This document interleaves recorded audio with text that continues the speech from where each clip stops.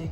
Today I'm doing something that I haven't done on here before, so it's kind of like a departure from what this channel is used to, but at the same time it's not so much of a departure if I want to go back to the original plan why I started Rants of a Naija Chic from the beginning. I'm going to be doing an album review. Now, why I'm saying it's not so much of a departure is because the original plan of this channel was lifestyle, pop culture, and Rants of a Naija Chic. So basically just rant about anything that catches my fancy and will relate or not relate based off of that.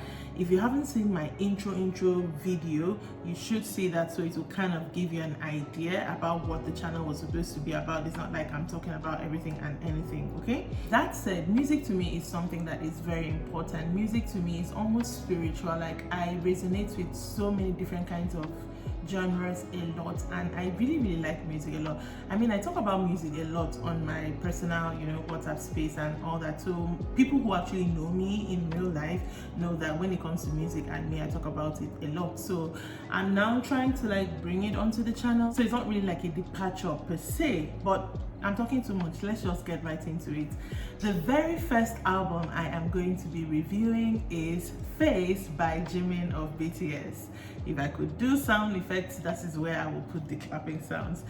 I'm starting with this album because, of course, it's Jimin from BTS, so it is hugely personal to me. If you've not caught on by now, I'm a huge BTS fan, and since the whole channel is about Rants of a Naija Chic, like ranting about things I care about, BTS, it's very weird to me that I do not do more of BTS content, and I really want to do it. But at the same time, I didn't want to do too much of BTS content because those who know me in real life are already tired of me, so I didn't want that to kind of like translate. But when I think about it, why am I holding myself back? But anyways, again, too many stories.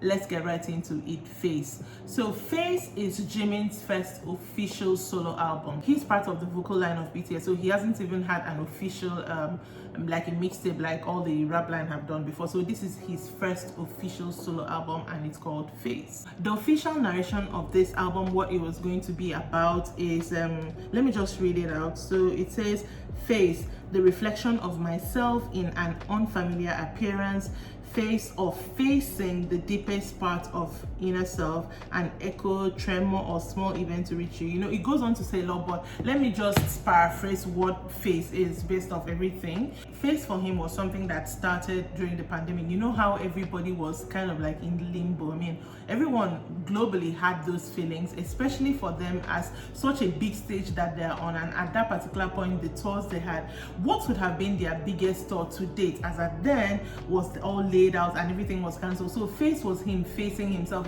It's not just about talking about face as your face, even though you can also interpret it that way. It was about him facing all the emotions he went through during that time. So I'm going to start talking about the songs one by one. I'm going to try to make it as fast as possible, so from now I may be a little bit hurried, okay? So I do have some notes, not because I don't know what I want to talk about, but because I'm very long-winded, and if I do not time myself, I tend to go on and on. I mean, look at what I'm doing right now. So let's just get right into it. The very first song of the album is called Face Off. So for me, Face Off starts to detail the place that he was in, even the whole beat and everything. Face Off actually starts with a clown kind of like tune, so it's, I don't know, I mean, the song can mean different things even to him who did the song and to me, but to me that clown sound is like, okay, here we are, we're clowning ourselves and all that. And then the first line of the song starts with, all right, the blame is on me. So he goes on to talk about a lot of things. He references drinking and being drunk a lot in this not just this song, in this whole entire album. So I mean, we've seen lives and stuff like that where he's talking about the fact that he was drinking a lot during the pandemic and stuff like that. I think he mentioned, please correct me if I'm wrong here, that the members at a point were even worried about him. Another line in the song, he says, I do not want to be sober. So I'm like, to me, Face Off gives the vibe of let's go, let's drink, like it's all, let's go.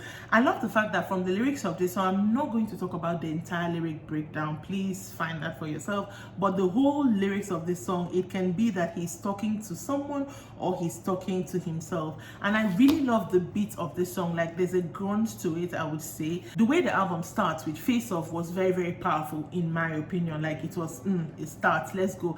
And the whole of the album will find is very very cohesive. It's a very, very cohesive body of work. Next track on the album is Interlude. Now, when it comes to interludes, intros, and outros, it was not something that I really paid attention to be honest, and I've been listening to music for a very long time. But BTS made me pay attention and give meaning to, you know, those small outros, intros, and interludes. They use it a lot in all the albums they've done. So this particular interlude for me, it's just sounds, really. There's nothing that is not a song per se, but it's carefully put together sounds that kind of makes sense, that kind of ties into the whole message of the album.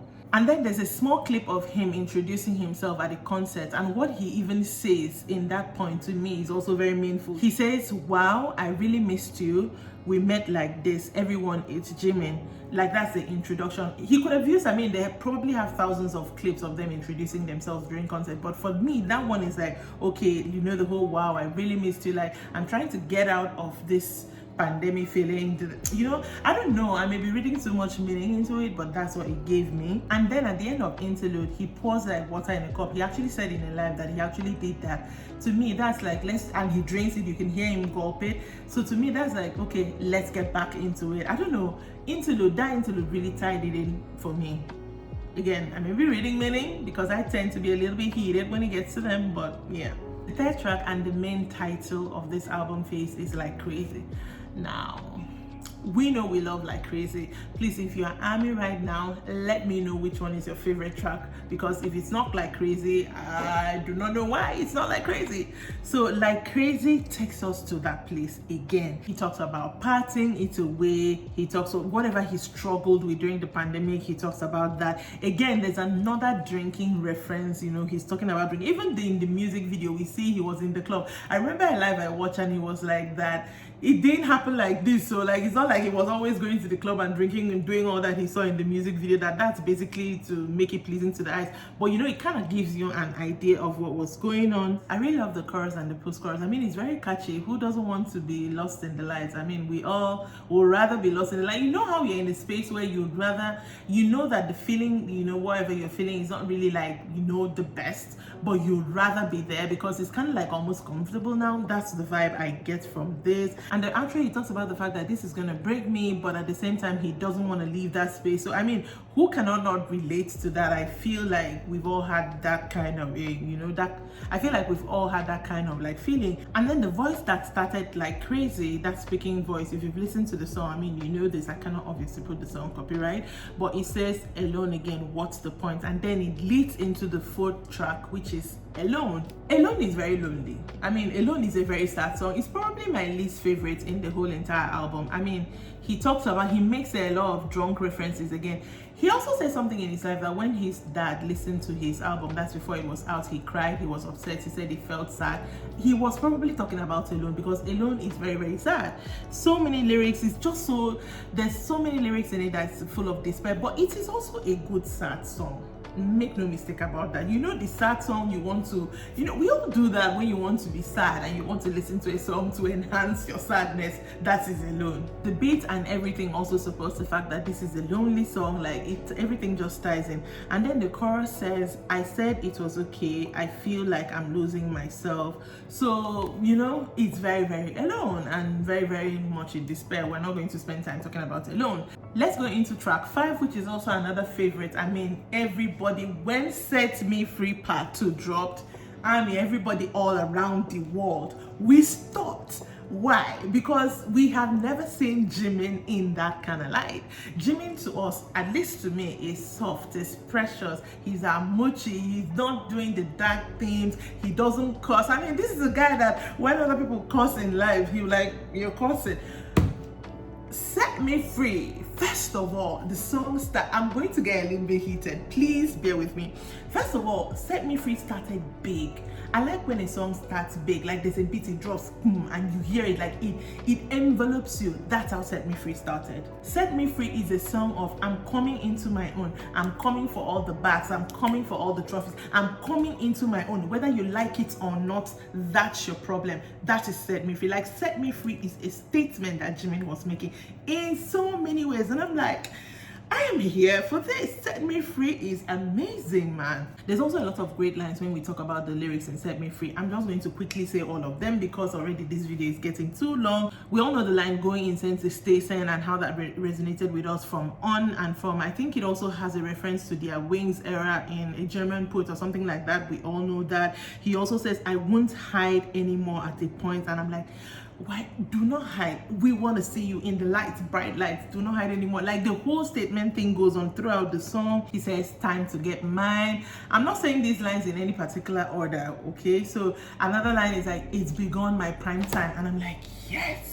When I heard that line and saw it on the music video, I was like, yes. Because when it comes to K-pop and idols, in that music industry, I don't know if you're familiar, when artists get to like 30, their late 20s, the industry, that's the K-pop industry, tends to phase them out. And people have been saying that a lot about BTS. Oh, they're going to the military, they're going to enlist. You know, we want to find the next BTS. Let's phase them out. And here comes Jimin saying, it's my prime time, it has begun.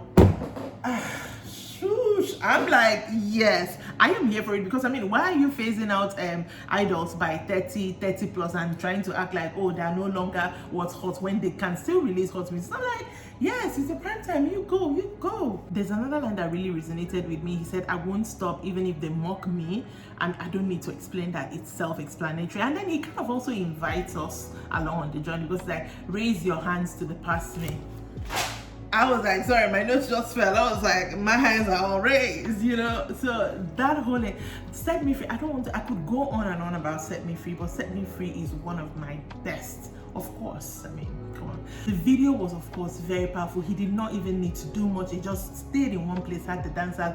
We all know how we felt when he changed up, and then here he comes with his jacket, no shirt, and the German poem inscribed all over his body.